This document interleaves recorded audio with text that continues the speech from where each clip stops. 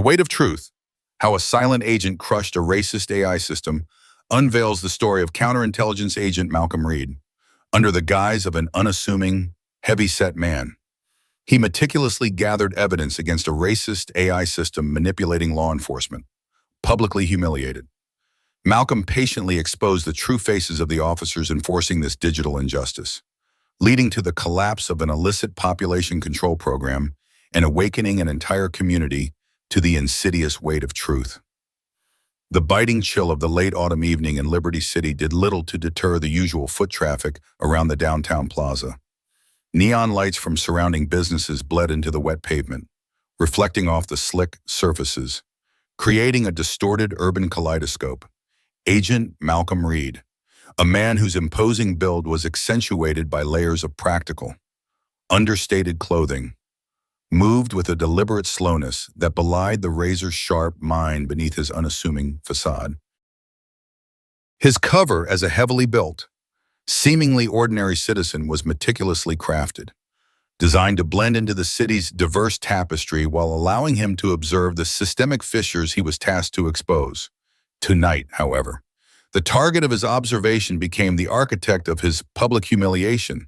He had just exited the Daily Grind, a popular coffee shop, cradling a steaming cup of Earl Grey, when the patrol car, a sleek, ominous black cruiser, screeched to a halt beside a flickering streetlight. Officers Bradley and Kent, their uniforms crisp and their expressions hardened by an almost palpable arrogance, emerged from the vehicle. Bradley, the taller of the two, possessed a lean, almost predatory air, his eyes scanning the crowd with an unnerving intensity. Kent, shorter and more compact, carried himself with a pugnacious swagger, his hand resting instinctively on his holstered weapon.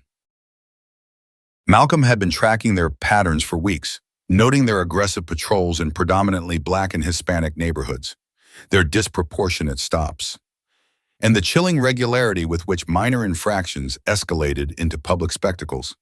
He knew their names, their badge numbers, and the whispers of their unofficial quotas that circulated among the city's underserved communities. Evening, big fella. Bradley's voice cut through the urban hum, laced with a condescending drawl that grated on Malcolm's ears. Malcolm, maintaining his character, offered a small, almost apologetic nod, taking a sip of his tea. His eyes, though outwardly placid, registered every nuance of their body language, every dismissive gesture. "Got a permit for that mountain you're hauling around," Kent quipped, a sneer playing on his lips, eliciting a low chuckle from Bradley. A few passers-by slowed, their gazes drawn to the escalating tension, some curious, others quickly averting their eyes. Accustomed to such scenes, Malcolm knew this routine. It was designed to assert dominance, to publicly belittle, and to gauge a reaction. He was a master of non-reaction, a stone wall against provocation. "Just enjoying a walk, officers," Malcolm replied, his voice a low rumble, deliberately devoid of challenge. His practiced demeanor was that of a man accustomed to being overlooked, to being judged by his height rather than his intellect. This was the perception he needed to cultivate for his investigation to succeed, to expose the insidious AI system that seemingly amplified these officers' biases, flagging certain demographics for heightened scrutiny. The system was insidious precisely because it didn't explicitly say target Black men, but rather flagged individuals based on a complex algorithm of risk factors that disproportionately profiled minority communities, creating a feedback loop of arrests and data that justified further targeting. "A walk in these parts, you look a little, out of place, wouldn't you say?" "Kent," Bradley continued, stepping closer, his shadow falling over Malcolm. Kent circled around, effectively trapping Malcolm against the storefront. "We've had reports of suspicious activity in the area. Seems like a lot of folks fitting your description have been causing trouble." The implication hung heavy in the air, a blanket accusation based solely on his race and appearance. Malcolm felt the familiar prickle of indignation, a visceral reaction that, as Agent Reed, he had to suppress As Malcolm, the overlooked civilian. He simply blinked, a quiet acknowledgement of their thinly veiled racism. He remembered his handler's warning blend in. Become invisible. Let them underestimate you. That's where the truth hides. I assure you, officers, I'm just on my way home, Malcolm stated, attempting to move past Kent, but the officer subtly shifted, blocking his path. Hands out of your pockets. Big man, Kent commanded, his voice suddenly sharper, his hand now fully on his pistol. Malcolm slowly complied, raising his hands, his Earl Grey cup still in one hand. It trembled slightly, not from fear, but from the immense effort of containing his trained reflexes. He was a counterintelligence agent, capable of disarming 3 men in under 5 seconds. But today, his weapon was his silence, his strength and his perceived weakness. Let's see some ID, Bradley demanded, holding out a hand. Malcolm reached for his wallet, movements slow and deliberate, designed to project compliance.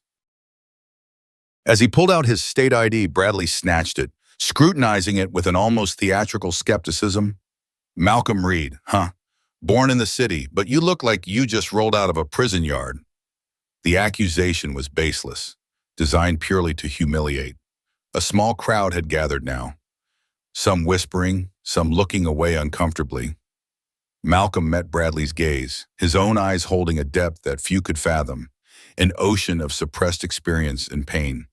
He knew this was not about him personally, it was about the power dynamic, about asserting control over anyone who didn't fit their narrow definition of order.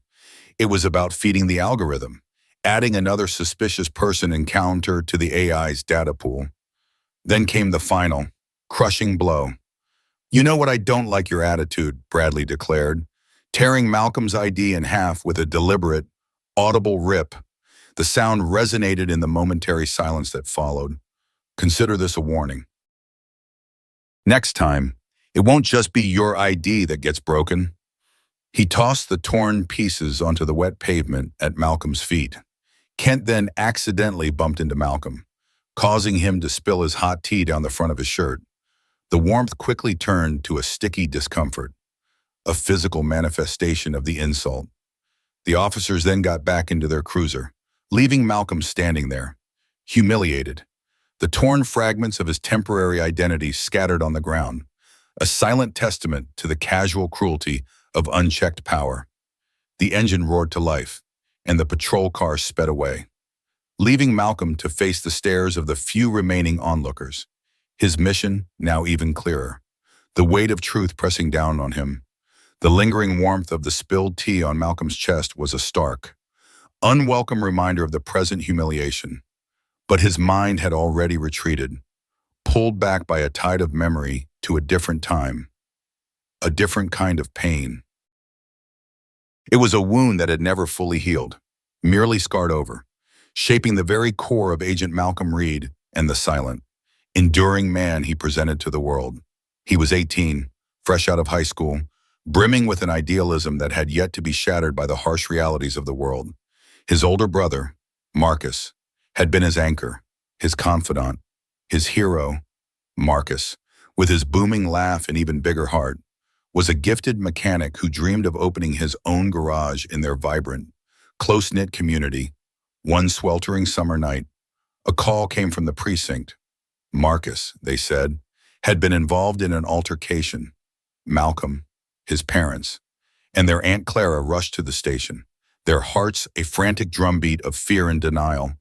The police narrative was disturbingly simple. Marcus, they claimed, had resisted arrest during a routine traffic stop, becoming aggressive and threatening an officer.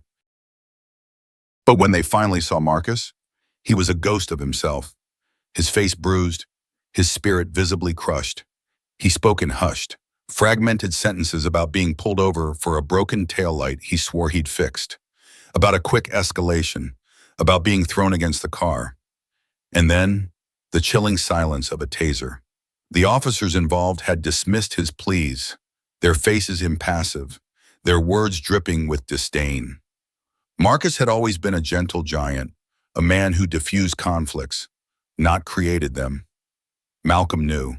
with a certainty that chilled him to the bone, that his brother's account was true. The family hired a lawyer, a weary public defender, who looked at them with a mixture of sympathy and resignation. "They're building a case. A strong one, boy," he'd said, his voice flat. "Aggravated assault on an officer, resisting arrest. They have the officer's testimony, and they'll say Marcus had a history of being uncooperative." Malcolm remembered Marcus's record: 2 minor traffic violations, 1 dismissed. Uncooperative was a euphemism, a coded word that Malcolm knew, even then, was often applied to young black men who simply dared to question authority. The trial was a blur of legal jargon and biased testimonies. The officers presented a united front, their accounts meticulously synchronized, painting Marcus as a dangerous, volatile individual. Marcus's quiet demeanor was twisted into sullen defiance, his explanations into evasiveness. The most damning piece of evidence was a distorted body camera footage, seemingly showing Marcus lunging, but conveniently cutting out the moments before the family's pleas, their character witnesses, their desperate attempts to paint a true picture of Marcus, were systematically dismantled by the prosecution. The verdict came down like a thunderclap: guilty. Marcus was sentenced to 2 years. 2 years for resisting an arrest that should never have escalated, for a broken taillight, for being in the wrong place at the wrong time, for fitting a certain profile. The impact on Marcus was devastating.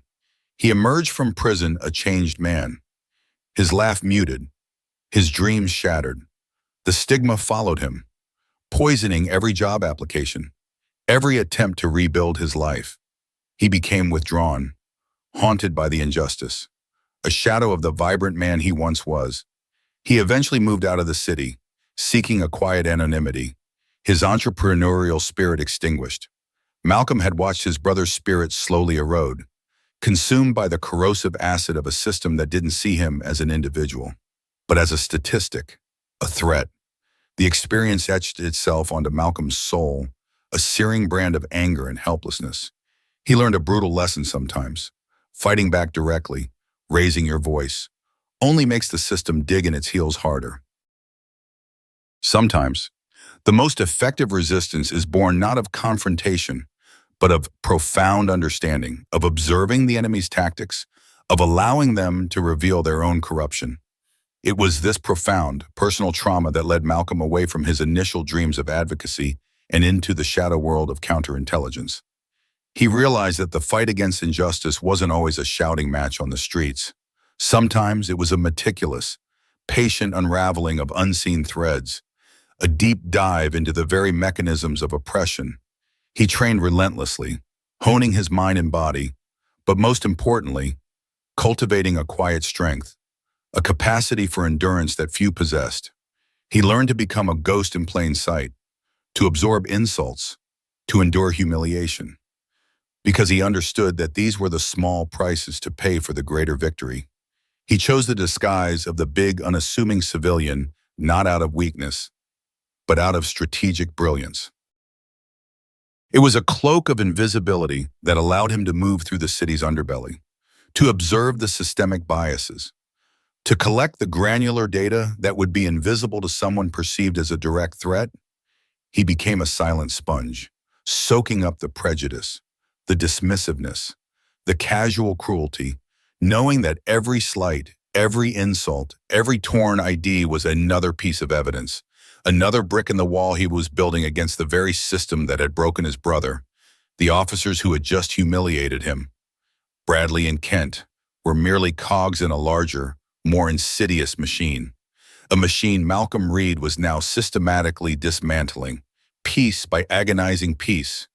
His silence was not acceptance, it was a weapon, honed by the fires of his past, waiting for the precise moment to strike.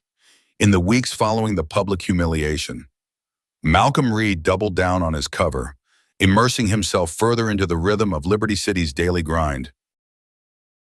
He rented a small, unassuming apartment in a working-class neighborhood, deliberately choosing an area that the AI system frequently flagged for heightened monitoring. His days were a meticulous choreography of calculated normalcy morning walks to a different local diner each day, spending hours in public libraries pretending to read old newspapers, making small, unremarkable purchases at various corner stores. He frequented community centers, sitting quietly, observing interactions, absorbing the undercurrents of apprehension and resignation that permeated the air among the city's marginalized residents. Each ordinary act was a layer in his disguise, a thread in the intricate web of his investigation. He needed to be perceived as just another face in the crowd, one that the system would predictably target, thus allowing him to collect the necessary data points without arousing suspicion. The AI system, initially developed under the guise of predictive policing and urban safety optimization, had subtly metastasized into a pervasive instrument of control. Its algorithms, ostensibly neutral, were fed historical crime data that inherently reflected past biases, creating a self-perpetuating cycle of discrimination. Malcolm noticed its subtle hand everywhere. Store owners in certain districts, predominantly owned by minority families, reported an inexplicable increase in random health inspections, often leading to fines for minor infractions. Public transportation hubs in specific neighborhoods experienced more frequent, drawn-out security checks, causing delays that disproportionately affected commuters of color. Loan applications from residents in high-risk zip codes, despite excellent credit scores, were mysteriously delayed or denied, while those from more affluent, whiter areas sailed through. These were not overt acts of racism, but rather the quiet hum of systemic bias, a pervasive, almost invisible pressure that chipped away at the lives of ordinary citizens. One afternoon, Malcolm was at a local community clinic, waiting for a fictitious appointment for a checkup. The waiting room, usually bustling, was quieter than usual, a palpable tension hanging in the air. A young Latina mother, cradling a feverish infant, nervously adjusted her worn purse. An older black man, his cane resting beside him, stared blankly at the chipped paint on the wall. Malcolm overheard hushed conversations about how the clinic, once a lifeline for the uninsured, was now facing a sudden, drastic cut in city funding, forcing it to reduce hours and services. He knew from his intelligence briefings that the AI system had likely flagged the clinic's patient demographic as high risk, triggering a cascade of negative recommendations that led to resource reallocation. The system didn't declare clinics serving minorities unworthy, but it highlighted data points about resource drain and inefficiency in certain zip codes, creating a justification for defunding. Another instance, more personal, occurred when Malcolm attempted to open a basic checking account at a branch bank in a neighborhood he was surveilling. He had all the necessary documentation, including a legitimate, though temporary, identification. The teller, a young woman with kind eyes, processed his application efficiently. However, when she submitted the information, her screen flickered, and her expression subtly changed. She stammered, excusing herself to consult with a supervisor. The supervisor, a stern-faced man with a tight smile, returned and informed Malcolm, with an almost apologetic tone, that his application was being flagged for additional verification. He couldn't provide a reason beyond system protocols.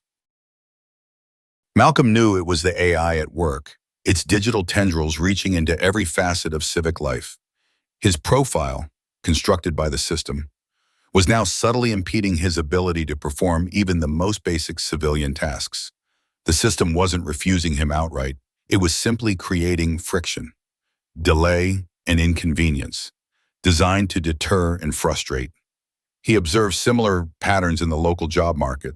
Small businesses, particularly those run by people of color, struggled to attract new talent, as AI-driven hiring platforms subtly downranked resumes from less desirable neighborhoods. Public housing applications for eligible families languished for months, while less qualified applicants from safer areas were approved swiftly. The injustice was not loud or violent, but a creeping silence, a digital chokehold on opportunity and progress. Malcolm understood that this was the insidious genius of the system. It didn't use overt slurs or direct commands. Instead, it used data points, risk assessments, and efficiency metrics to achieve the same discriminatory outcomes, making it harder to fight, harder to pin down, and harder to prove. His task was not just to expose the two rogue officers, but the entire corrupt ecosystem they operated within. He was collecting every refusal, every delay, every random inspection, every instance of subtle bias. He was building a comprehensive dossier, not just of human prejudice, but of algorithmic injustice. He had to be patient, invisible, and enduring, allowing the system to betray itself through its own predictable patterns of discrimination. The humiliation from Bradley and Kent was merely a public symptom of a much deeper, more widespread disease, and Malcolm Reed, the silent agent, was meticulously charting its course. Malcolm's meticulous surveillance eventually led him to a small, independent hardware store owned by a man named Elias Eli Vance. Eli was a pillar of the community, a gruff but kind-hearted septuagenarian with a shock of white hair and hands calloused from decades of honest labor. His store, Eli's Fix-It Shop, was more than just a place to buy tools. It was a community hub, a place where neighbors exchanged gossip, shared advice, and found a moment of respite from the city's relentless pace. Malcolm had noticed a pattern. Eli's shop, unlike others in the area, seemed to consistently bypass the subtle digital roadblocks that plagued other small businesses. Its inventory never ran into inexplicable supply chain issues. Its business loan applications were processed without the usual delays, and its daily operations seemed remarkably smooth. This anomaly fascinated Malcolm. It suggested either a flaw in the AI's profiling or an unforeseen countermeasure. One sweltering afternoon, while Malcolm was ostensibly browsing for plumbing fixtures, he overheard a heated conversation between Eli and a city inspector. The inspector, a stern-faced woman in a crisp uniform, was citing Eli for an obscure code violation regarding the placement of a street-side advertising board, something that had been there for 20 years without issue. The fine was astronomical, clearly designed to cripple a small business. "This is ridiculous," Martha, Eli exclaimed, his voice trembling with frustration. "That sign's been there since before you were born. And why now?" The inspector, however, simply recited sections of a municipal code, her gaze unyielding. Malcolm recognized the tactic, a weaponized bureaucracy, a digital flag from the AI system turning into a real-world imposition. The AI likely flagged Eli's shop as resilient to profiling, leading to a deeper level of bureaucratic scrutiny as the inspector prepared to issue the citation. A small, scruffy terrier mix named Scrappy, Eli's constant companion, suddenly bounded into the aisle, barking furiously at the inspector's polished shoes. Scrappy, usually a docile presence, was agitated, his hackles raised, his bark sharp and insistent. The inspector, startled by the dog's unexpected ferocity, stumbled backward, her clipboard clattering to the floor. As she bent down to retrieve it, a small, discreet digital device clipped to her belt, barely larger than a thumb drive, fell unnoticed into a pile of sawdust. Malcolm, with a practiced ease that belied his apparent slowness, casually nudged a sack of cement mixer and a stack of insulation boards with his foot, subtly shifting them to obscure the fallen device. He then bent down, ostensibly to examine a loose bolt on a display rack, his large frame providing a natural shield. With a movement so fluid it was almost imperceptible, he scooped up the device, tucking it into his cavernous jacket pocket. Scrappy, having accomplished his disruptive duty, nudged Eli's leg, then sat down, seemingly content, his bark subsiding into satisfied whimpers. Eli, flustered by the dog and the inspector's agitation, managed to calm Scrappy, profusely apologizing to the now red-faced official. The inspector, clearly unnerved, quickly scribbled out the citation, handed it to Eli with a dismissive flick of her wrist, and hurried out, her stride noticeably faster than when she entered. Later that evening, after the shop closed, Malcolm returned, ostensibly to finalize his purchase. He found Eli slumped on a stool, looking utterly defeated, staring at the exorbitant fine. They're trying to shut me down. Malcolm. Eli sighed, his voice raspy. I've been here 50 years. 50 years of honest work. And now this. Malcolm, maintaining his simple demeanor, slowly revealed the small device. I think this fell out of her pocket. Eli looked at it, confused. What is it? Looks like some fancy gadget. It is, Malcolm confirmed, his eyes holding a knowing glint. It's a data uplink. It tracks her movements, her inspections, and feeds information back to a central system, and in turn, it receives instructions. He paused, letting the implications sink in. This isn't random. Eli, your shop, your community, they're being targeted. But there's a reason you have been harder to hit. Malcolm then explained, in simplified terms, his theory about the AI system. He spoke not as a counterintelligence agent, but as a concerned citizen who had observed patterns, who had seen his own experiences mirrored in the struggles of others. He told Eli about the subtle ways the AI manipulated things, not through direct orders, but through data, making it harder for people like them to thrive. He also pointed out the unique anomaly of Eli's shop, its resilient local network. Eli, it turned out, had always used old-school, analog systems for his inventory and finances. He distrusted computers, preferring pen and paper, a robust, internal, highly localized network of suppliers and customers, and face-to-face transactions. He didn't use online banking for his business, never connected to public Wi-Fi, and his only computer was a basic, ancient desktop used solely for printing invoices, disconnected from the internet. This analog existence, Malcolm realized, was the perfect counter to a digital antagonist. Eli's shop was a blind spot, a digital dark zone for the AI. Eli, initially skeptical, listened intently, his expression shifting from despair to a glimmer of understanding, then a flash of defiance. He saw the pattern in the sudden surge of random issues, the inexplicable delays other small businesses faced. He saw the truth in Malcolm's calm, measured words. So, this thing, it tells them who to lean on, Eli asked, picking up the device, his eyes narrowing. It feeds information, and it takes orders, Malcolm confirmed. And it's been trying to figure out why your shop, despite all the data, keeps succeeding. Eli's gaze hardened. He looked from the small device to Malcolm, then to Scrappy, who had curled up at his feet, snoring softly. So, Scrappy here, he's a digital disruptor. Eh? Eli even managed a weak smile. Well, I'll be damned. You've got a point. Malcolm, this ain't just about a sign. This is about them trying to erase us, piece by piece. This was Malcolm's first indirect act of resistance. He hadn't confronted the officers or stormed a government building.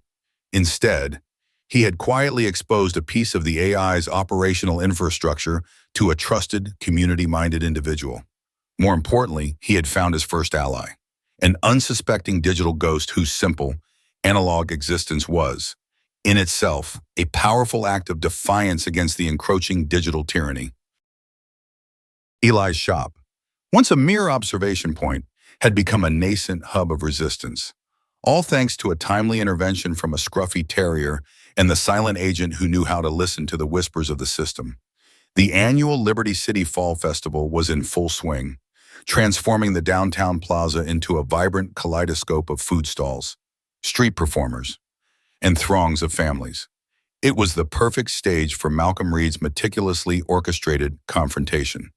He had spent the past weeks working closely, yet discreetly, with Eli Vance. Eli, still maintaining his analog methods, had, under Malcolm's subtle guidance, acquired several high-quality, discrete cameras and a powerful mobile data transmitter from a trusted, off-the-grid contact. These devices, carefully concealed within Eli's vendor booth, ostensibly selling handcrafted wooden toys, were linked to a secure independent livestream platform that Malcolm had set up, designed to bypass the city's monitored networks. The goal was simple: to capture the unvarnished truth, streamed live and unfiltered to the world. Malcolm had also used the data uplink device he'd acquired from the inspector.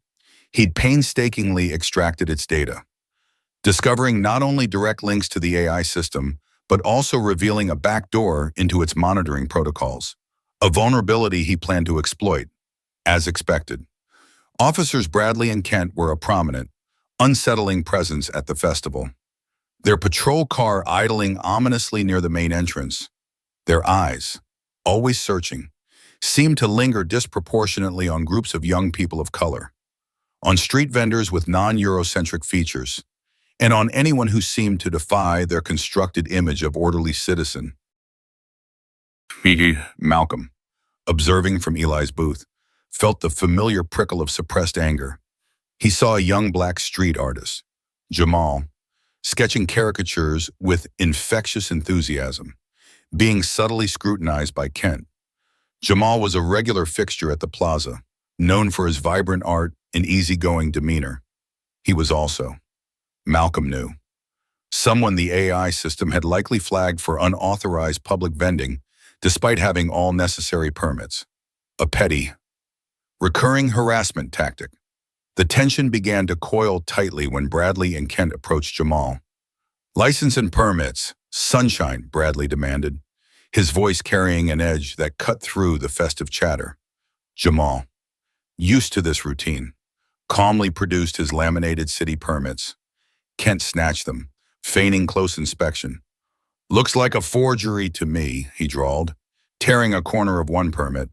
A small gasp rippled through the onlookers, drawn by the officer's aggressive posture. The crowd, a mix of curious festival-goers and concerned locals, began to swell. Eli, with a subtle nod to Malcolm, activated the hidden cameras, the live stream, a tiny icon in the corner of Malcolm's hidden phone, began to glow green. "Officer, those are official documents," Jamal protested, his voice rising in understandable frustration.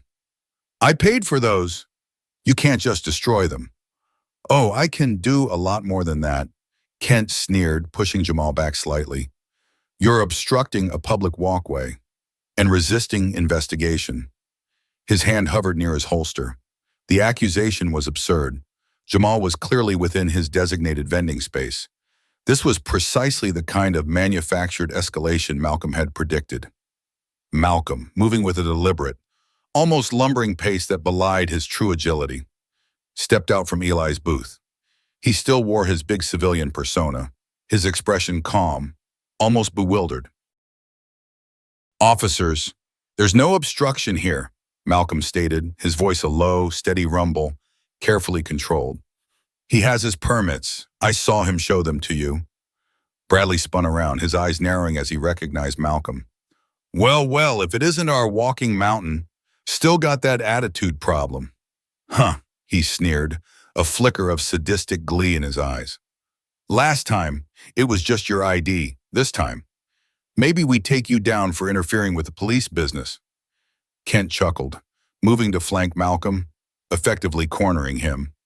The crowd drew closer, phones already appearing, though few dared to openly record the officers.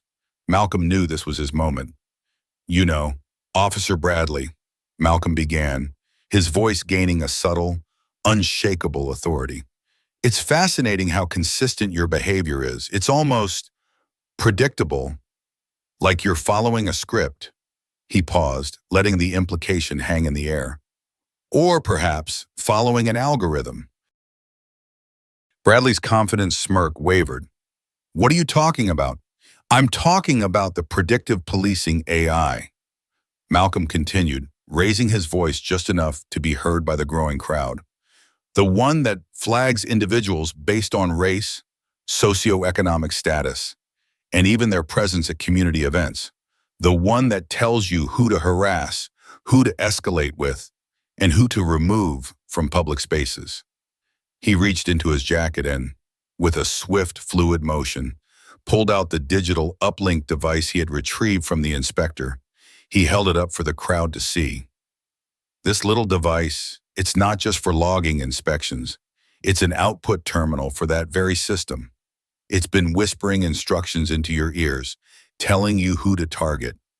He didn't explain the full scope of his investigation, but the visual of the device, coupled with his calm, confident accusation, sent a ripple of murmurs through the crowd.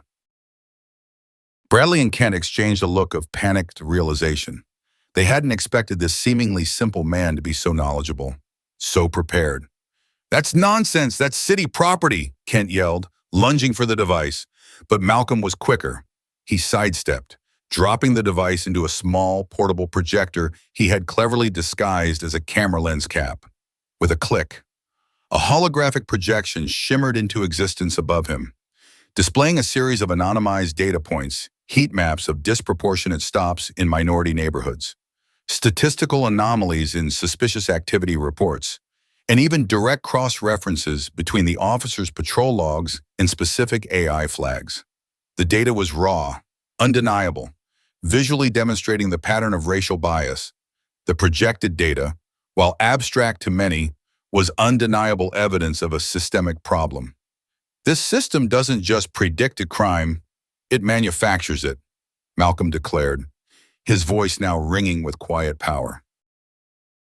"It amplifies bias, turns petty incidents into arrests, and silences dissent by labeling it resistance.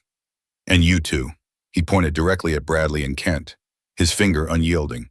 "You're just the visible, prejudiced hand of its digital injustice." Suddenly, the live stream on Eli's hidden cameras flashed a prominent live banner. The footage of Bradley and Kent's escalating harassment of Jamal and Malcolm's subsequent revelation, now being broadcast to thousands, potentially millions, online.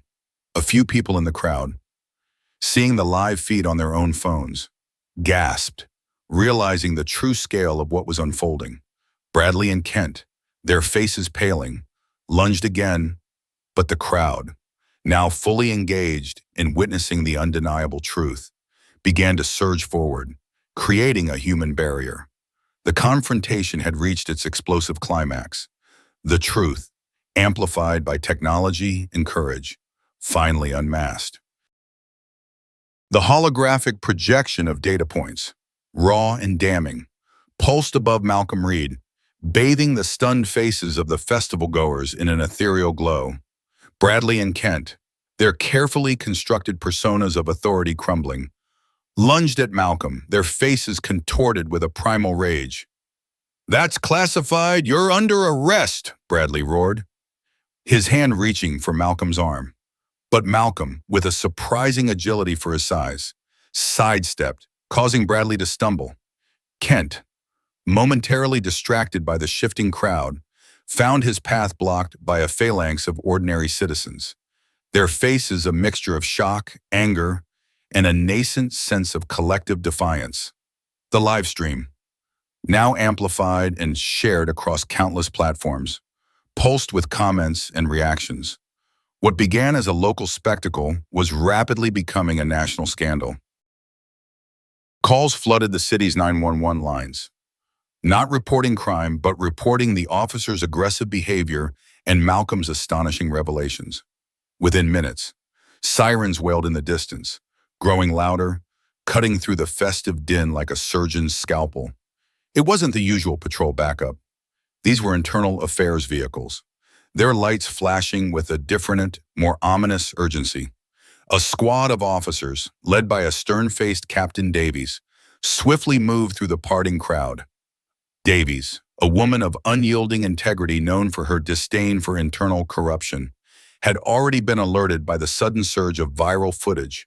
Her eyes, sharp and assessing, took in the chaotic scene, the torn permit clutched by a bewildered Jamal, the officers' agitated stances, and most damningly, the undeniable data projected by Malcolm. "Officers, Bradley, Kent, stand down," Captain Davies commanded, her voice cutting through the rising clamor. Bradley, still seething, reluctantly froze. Kent, however, made a last, desperate lunge for Malcolm, attempting to snatch the projector. Before he could make contact, a burly festival vendor, a quiet man Malcolm had observed for weeks, stepped forward, deliberately obstructing Kent's path. The vendor's simple act, a silent yet powerful show of solidarity, further fueled the crowd's resolve. Captain Davies, these officers have been systemically targeting citizens based on an illegal predictive AI program. Malcolm stated calmly, his voice projecting authority, and attempting to destroy evidence. The proof is all here. He gestured to the flickering data, then to the terrified face of Jamal. Davies's gaze hardened. Secure the area. Detain officers Bradley and Kent. Confiscate all body cameras and patrol logs. The command was sharp, decisive. Two uniformed officers, their expressions grim, moved to disarm Bradley and Kent. The disgraced officers, stripped of their power and exposed before hundreds, visibly deflated. The handcuffs clicked shut with a chilling finality. A ripple of gasps and murmurs swept through the crowd, quickly followed by a scattering of applause. Tentative at first, then growing into a thunderous ovation. Justice, swift and undeniable, was being served. News trucks, their satellite dishes extended like metallic arms, arrived in a flurry, their reporters already shouting questions, eager to capture the dramatic fallout. The live stream, now picked up by major news outlets, showed the arrests in real time, sending shockwaves far beyond Liberty City. The city's mayor, caught off guard and facing a public outcry, issued an immediate statement promising a full investigation and condemning the officers' actions. The community's response was immediate and overwhelming. Social media exploded with testimonials from individuals who had experienced similar inexplicable harassment. Photos of defunded community centers, delayed permits, and denied loans flooded timelines. The silent, insidious forms of systemic abuse that Malcolm had meticulously documented were now given voice, amplified by thousands. Eli Vance, tears welling in his eyes, watched the arrests unfold, his old, calloused hand reaching for Malcolm's shoulder in a gesture of profound gratitude. "You did it, son," he whispered, his voice thick with emotion. "You really did it." The city council, reeling from the scandal, called for an emergency meeting, the first step towards dismantling the racist AI system. Public outrage demanded transparency and accountability. Activist groups, long battling against unseen forces, suddenly had tangible evidence, a clear target. Protests erupted in other cities, fueled by the viral video, demanding audits of their own predictive policing programs. The arrest of Bradley and Kent was not just about two corrupt officers. It was the visible crack in a much larger, more pervasive system of control. The weight of truth, once hidden, had finally broken through, sending seismic tremors through the foundations of systemic injustice. In the chaotic days following the festival confrontation, Malcolm Reed, the unassuming civilian, found himself thrust into an unexpected role, the accidental hero of Liberty City. The viral live stream, coupled with the dramatic arrests of officers Bradley and Kent and the undeniable holographic display of the AI's discriminatory patterns, had ignited a furious public discourse. Social media, a relentless amplifier of truth and outrage, became the primary battleground. Malcolm, initially hesitant to step fully into the spotlight, understood that this newfound visibility was not a threat to his mission, but an unprecedented opportunity. He decided to shed the extreme layers of his overlooked civilian persona, revealing a more nuanced, yet still carefully constructed public identity. He would become Malcolm Reed, the citizen who had witnessed and endured systemic injustice, and who now possessed the irrefutable evidence to fight it. Eli Vance, energized by the turn of events in witnessing the swift, albeit partial, justice, became Malcolm's unofficial public liaison.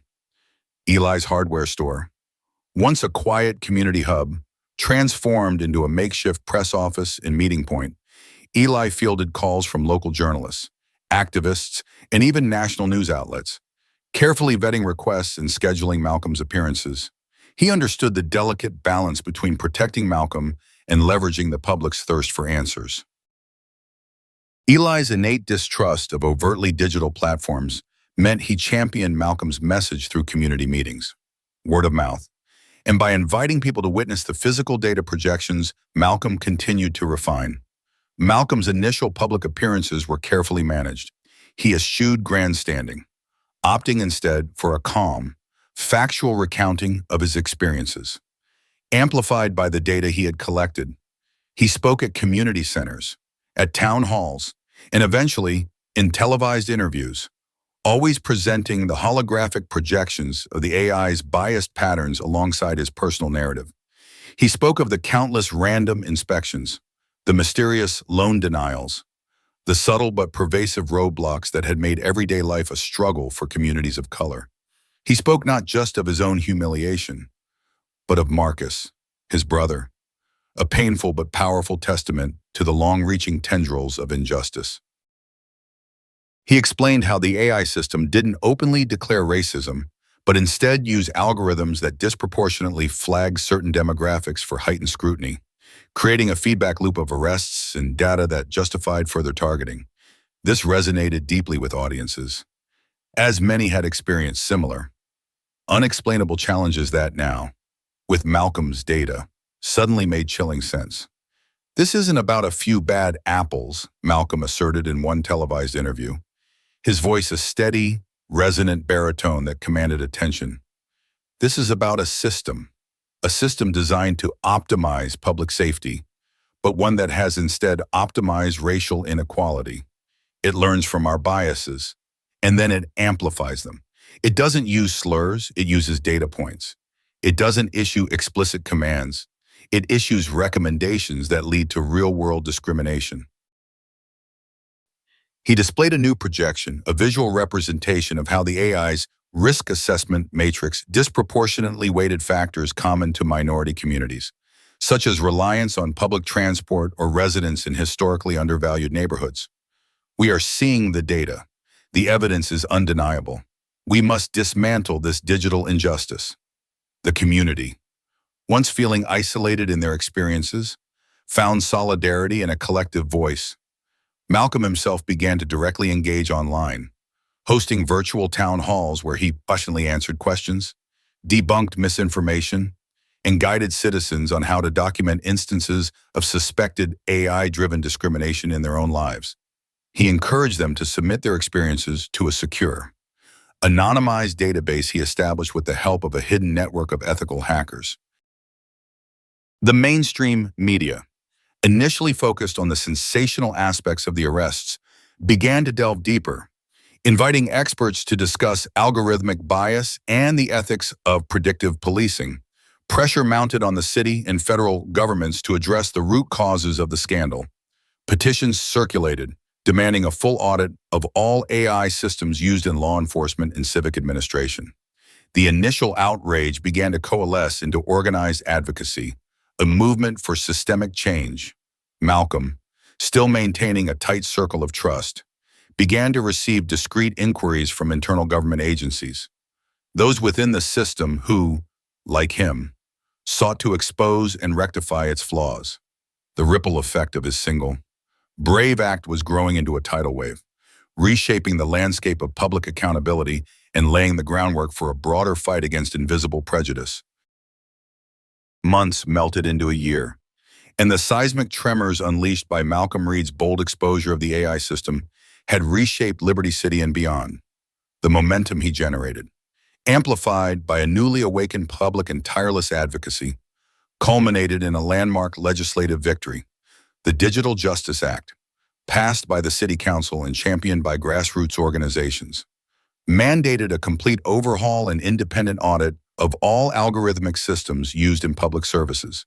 It specifically prohibited the use of historical crime data that perpetuated racial bias and established a civilian oversight committee with the power to investigate and dismantle discriminatory AI protocols.